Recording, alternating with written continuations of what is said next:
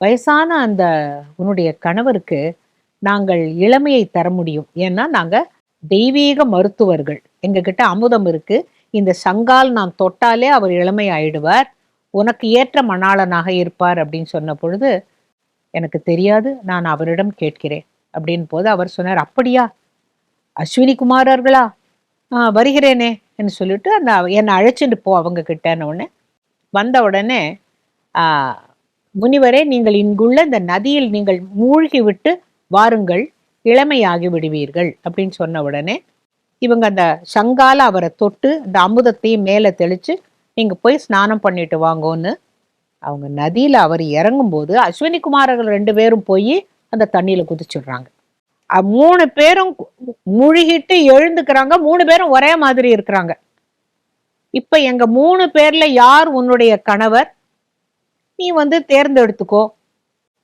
அது ஒரு அஸ்வினி குமாரன்ல ஒத்தனா இருக்கலாம், இன்னொத்தனா இருக்கலாம், உன்னுடைய கணவனா இருக்கலாம். உனக்கு சாமர்த்தியம் இருந்தா கண்டுபிடி அப்படின்னு சொன்ன உடனே அவ 3 பேரும் ஒரே மாதிரி கரையில நிற்கும் பொழுது அவ என்ன சொல்றா, நான் செஞ்ச தப்புக்கு மனமுவந்து ஏற்றுக்கொண்டது உண்மை என்றால் அந்த பார்வதி என்னை ஆசீர்வதிப்பாள். அவள் நாவில் என்ன நான் சொல்லணுங்கிறத அவ கேட்க சொல்லுவான்னு சொல்லிட்டு அவ கண்ணை மூடிட்டு, ஆகாயத்தில் எத்தனை நட்சத்திரங்கள் இருக்கின்றன அப்படின்னு ஒரு கேள்வி கேட்கிறா. அஸ்வினி குமாரர்கள் 2 பேரும் 100 கோடியே 825 நட்சத்திரங்கள் அப்படின்னு ஒரே நேரத்துல அஸ்வினி குமாரர்கள் 2 பேரும் சொன்னா.